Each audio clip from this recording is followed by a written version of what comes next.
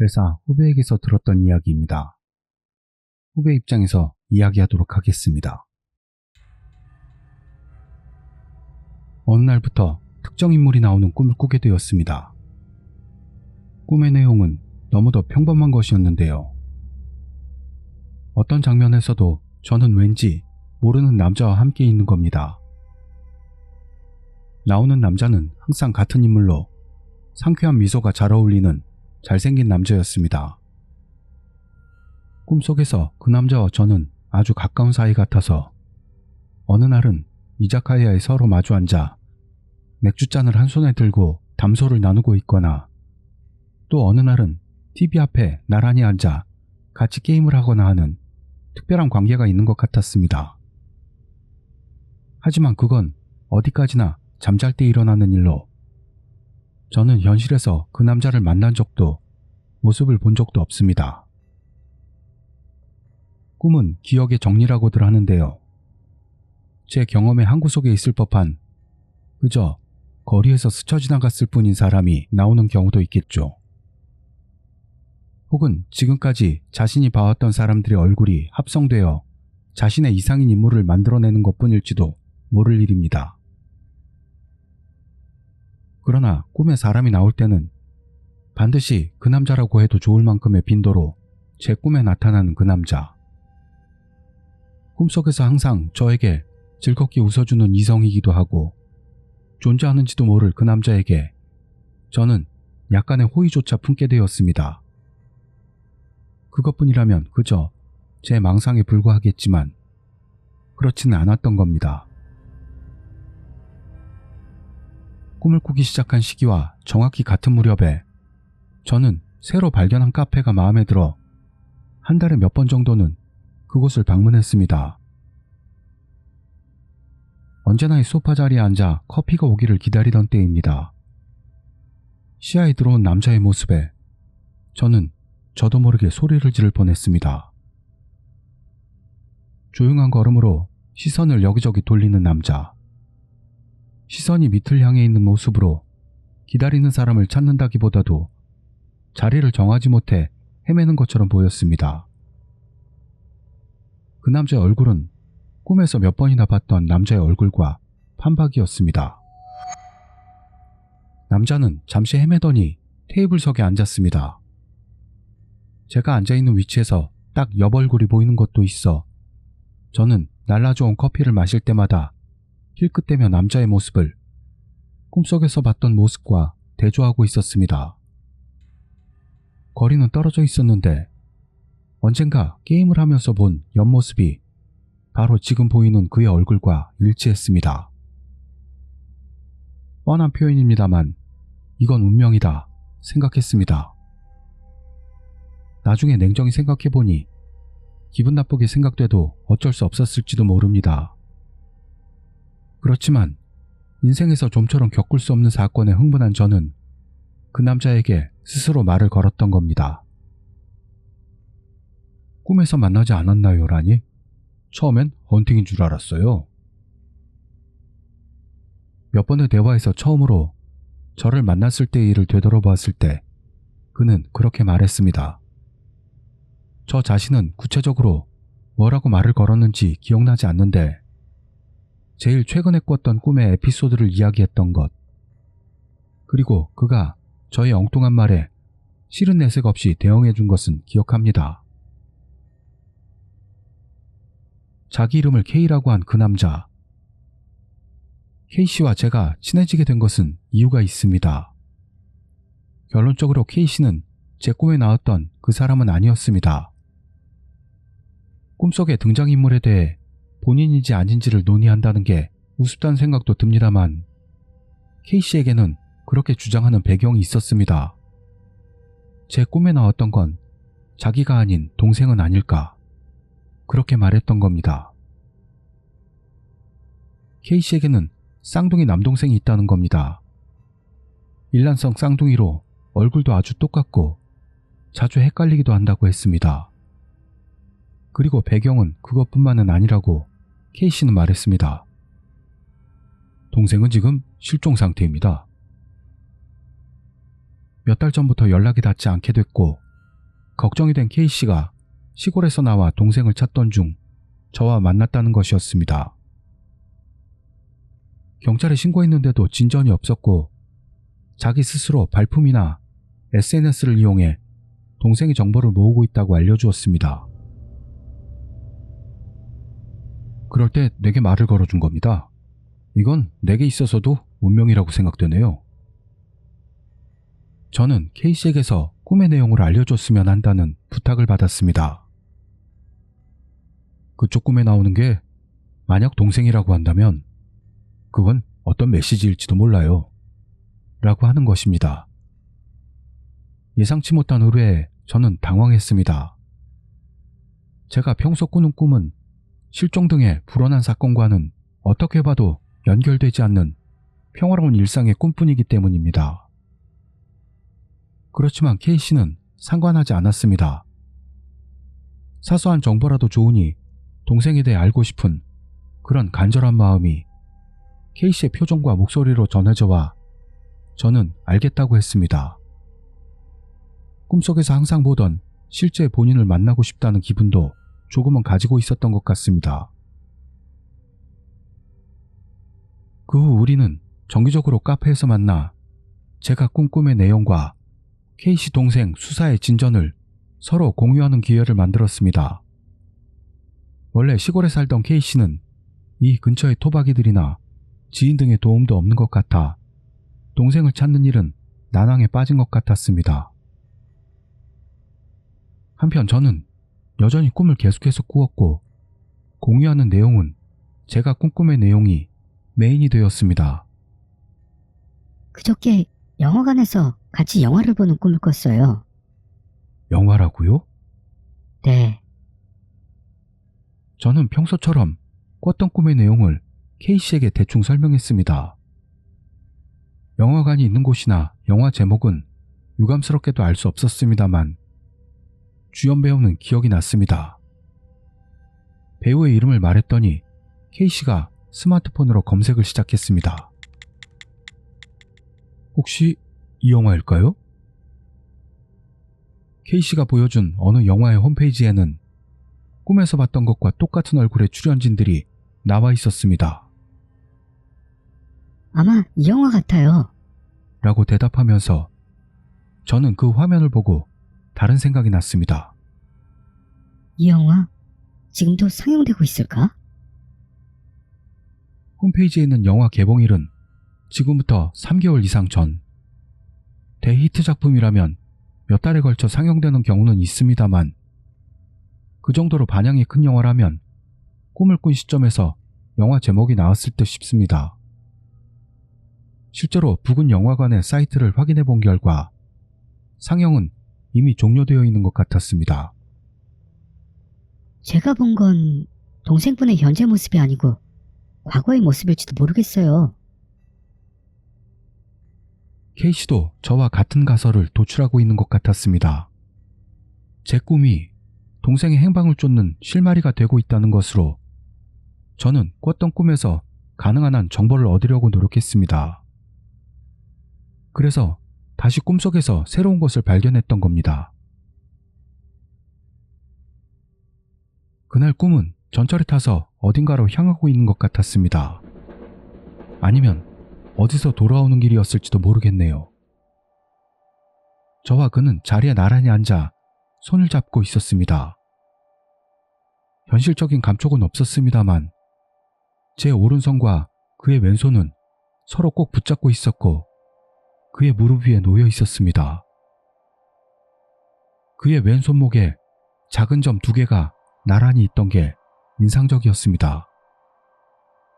옆을 봤더니 그는 잠이 들었는지 눈을 감고 미소 짓고 있었습니다. 시간을 확인하려고 했는지 제가 손목시계를 찬 반대편 팔을 들어올리는 시점에서 그날의 꿈은 끝이 났습니다. 그래서 깨달은 건요? 꿈의 자초지종을 다 듣고 난 K씨를 향해 저는 왼손을 내밀었습니다. 꿈속에서의 저는 아날로그 손목시계를 하고 있었어요. 근데 제가 평소에 쓰고 있는 건 스마트워치예요. 과연 꿈에서 나온 손목시계에 대한 기억은 없나요? 유감이지만 없네요.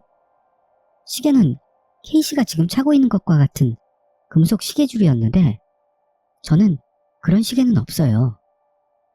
그렇군요. 다만 이 일로 생각할 수 있는 건 저는 제 꿈을 꾸고 있는 게 아니라 누군가 다른 사람의 동생분과의 기억을 꾸고 있는 게 아닌가 싶은 거죠. 다른 사람의? 동생과의 기억? K씨는 왼손에 차고 있던 손목시계를 내려다보며 제 말을 곱씹듯 천천히 반복했습니다. 시계 디자인이 여성용이라서 분명 여자일 겁니다.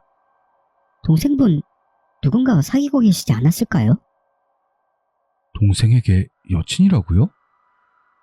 죄송합니다. 동생과는 그런 이야기를 한 적이 없어서. 아니에요.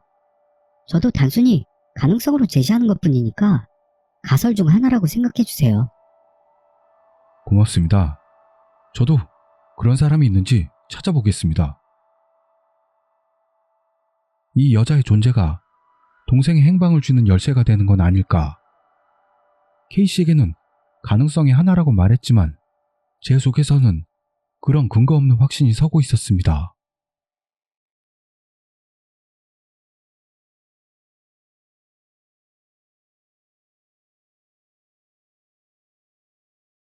순조롭다고 생각했던 동생을 찾는 시도에 그림자가 들이우기 시작했던 것은 시계 꿈을 꾸고 나서 2주 정도 지났을 무렵이었습니다. 꿈에 그 남자 외에 다른 남자가 나타나게 되었던 겁니다. 처음으로 그 남자를 봤던 건 가로등과 행인이 적은 밤길이었습니다. 맞은편에서 걸어오는 남자가 갑자기 발길을 멈추고 제 쪽을 바라보고 있는 겁니다. 파카의 후드를 깊게 눌러쓰고 있어 그 얼굴은 보이지 않았습니다. 저는 가능한 그 남자 쪽을 보지 않도록 하며 빠른 걸음으로 그 자리를 벗어나는 그런 꿈이었습니다. 그리고 그 남자가 꿈에 나타나는 날은 동생은 나타나지 않는 겁니다. 저는 동생의 꿈과 그 남자의 꿈은 전혀 별개일지도 모른다. 그렇게 생각하게 되었습니다.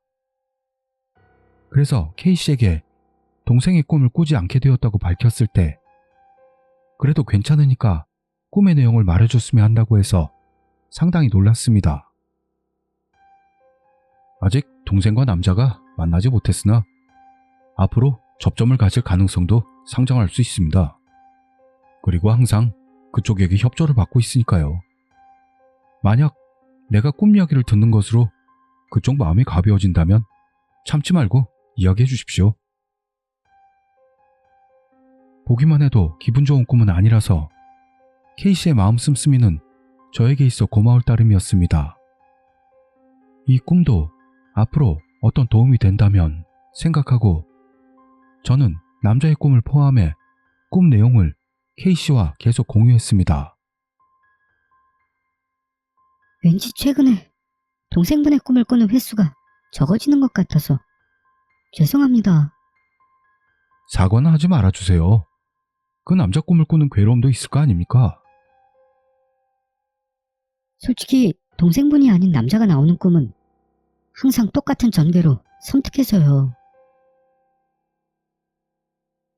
동생과는 다른 그 남자의 꿈을 꾸기 시작한 지 몇 주가 지났을 무렵 대화의 흐름에서 K씨는 이전부터 신경이 쓰였다는 어떤 의문을 던져왔습니다. 그 남자 꿈을 꿀 때 그쪽은 혹시 손목시계를 하고 있던가요? 손목시계? 하고 있었어요. 동생분이 나오는 꿈에서와 똑같은 손목시계예요. 그렇다면 동생의 꿈과 그 남자의 꿈은 같은 여자가 경험한 사건이 아닐까요? K씨 말이 맞을지도 모르겠어요. 동생이 일절 나오지 않는 것으로 인해 자연히 동생의 꿈과 남자의 꿈은 관계가 없다고 생각했으나 꿈속의 저는 동생과 함께 있을 때의 저와 동일한 인물이었습니다. 다시 생각해보면 몇 번인가 그 어두운 밤길 안에서도 손목시계를 봤던 기억이 있습니다. 동생과도 어딘가에서 연결되어 있을지도 모른다고 생각하니 남자의 꿈을 꾸고 난 아침의 혐오감도 조금은 희미해지는 것 같은 느낌조차 들었습니다. 그렇지만 동생과 그녀의 저절로 미소 짓게 만드는 꿈과 그 남자의 기묘한 꿈을 번갈아 꾼다는 것은 감정의 폭 차이가 너무 커서 저에게 있어서도 부담이 되어 오고 있었습니다. 그날 꾸었던 꿈도 역시 그 남자가 나오는 쪽의 꿈이었습니다. 그날은 평소와는 다른 길을 걷고 있었습니다. 그 남자와 스쳐 지나가는 것을 피하기 위해서였는지도 모릅니다. 저는 직선길이 아닌 콘크리트 계단을 오르고 있습니다. 주변의 풍경은 다르지만 밤의 어둠과 주위의 적막은 마찬가지로 오늘 꿈은 동생의 꿈이 아니구나 라는 걸 바로 알았습니다. 한 계단 한 계단 오르는 동안에도 뒤를 신경 쓰면서 몇 번이나 돌아봅니다. 그 밤길과 똑같이 행인이 없다는 건 걱정이지만 뒤에서 쫓아오는 인물이 없다는 것에 안도했습니다. 계단 끝이 보여와서 시선을 위로 향한 순간 발길이 멈췄습니다. 계단 위에 그 남자가 서 있었던 겁니다. 눈이 마주친 순간 남자는 제 쪽으로 손을 뻗어오더니 제 양 어깨를 잡았습니다. 가방을 잡고 있던 손을 떼고 남자의 손을 뿌리치려고 온몸으로 저항합니다. 좌우로 몸을 흔드는 동안 가방의 무게로 인해 그 기세가 점점 강해지게 되었습니다. 그 기세에 밀려 남자의 뻗은 손이 떨어진 순간 중심을 잃은 몸이 뒤로 넘어지는 것을 시야의 움직임으로 알 수가 있었습니다. 흐린 하늘이 보여오고 대신에 잔상처럼 보여왔던 건 동생의 모습이었습니다. 이자카야에서 담소를 나누던 그, 옆에 앉아 조이스틱을 들고 있던 그, 영화를 진지하게 보는 옆얼굴. 지금까지 꾸어왔던 꿈을 잘라낸 듯한 영상이 차례대로 나오고 마지막에는 캄캄해지고 깨닫자 꿈은 끝나고 아침이 되었습니다. K씨에게 꿈의 내용을 말했던 건 그 후 일주일 정도 지났을 때였습니다. 제가 꿨던 그 꿈의 여자는 분명 밀려 떨어져서 죽었다? 알고는 있었습니다만 다시 한번 그 말을 들으니 동요하지 않을 수 없었습니다.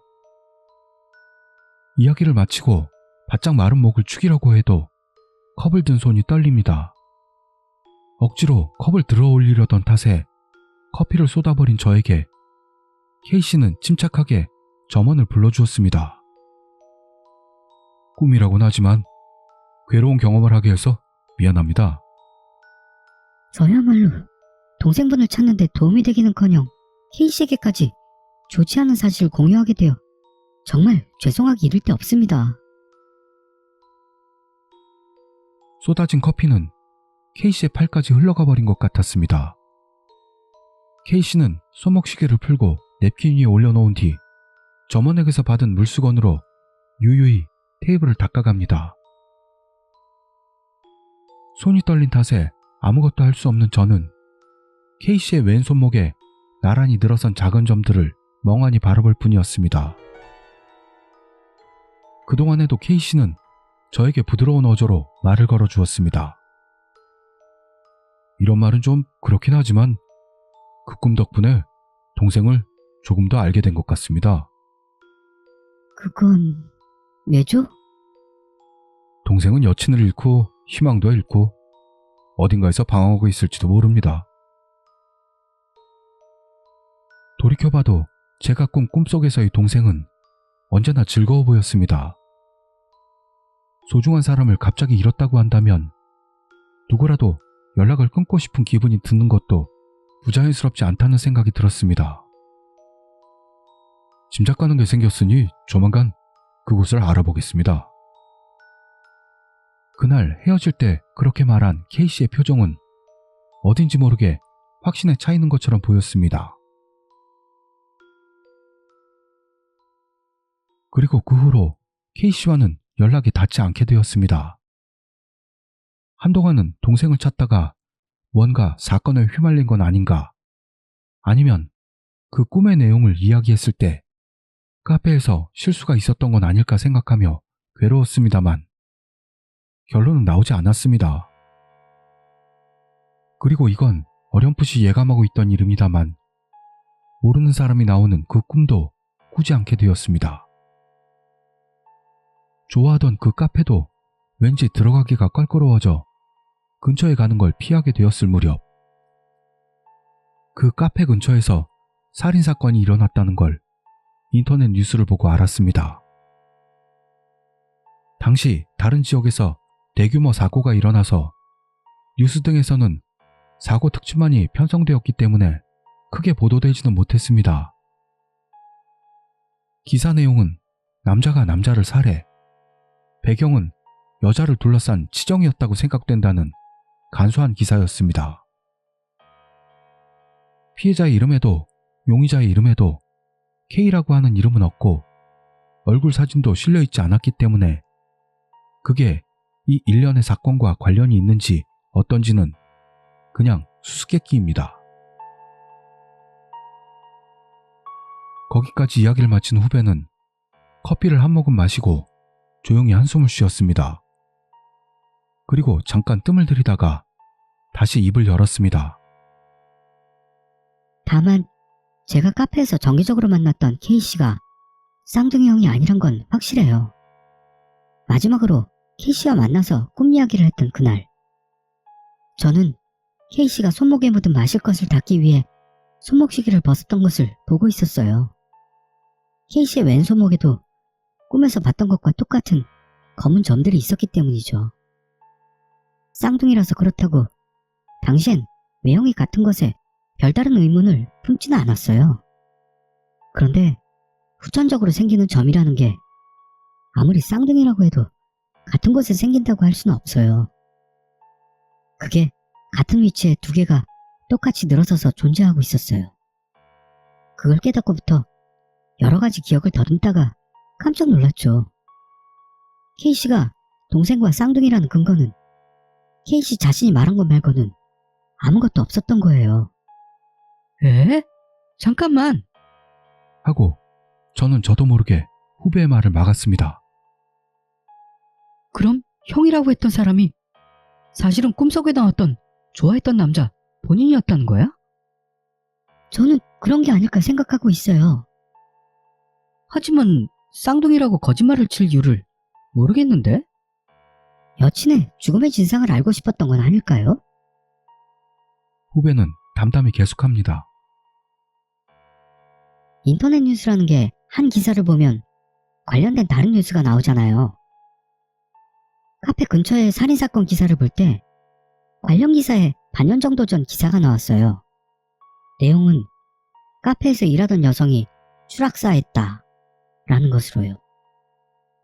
사고, 사건, 양쪽으로 조사 중이라는 기사로 끝이 나 있었어요.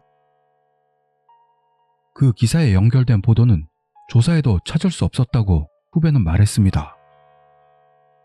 만약 후배가 꿨던 꿈속의 여자가 이 추락사한 여자와 동일 인물이었다고 한다면, 그리고 만약 K씨가 쌍둥이 형이 아닌 여자의 연인이었다고 한다면 최악의 줄거리가 떠오릅니다. 연인의 수상한 죽음에 의문을 가진 남자가 그 죽음의 진상을 찾아 조사를 하고 있었다. 거기에서 자기의 꿈을 꿨다는 사람이 나타났다. 남자는 꿈속에 힌트가 없을까 생각해 그 여자에게 접근. 그리고 연인을 죽음으로 몰고 간 인물에 도달하고 그 인물을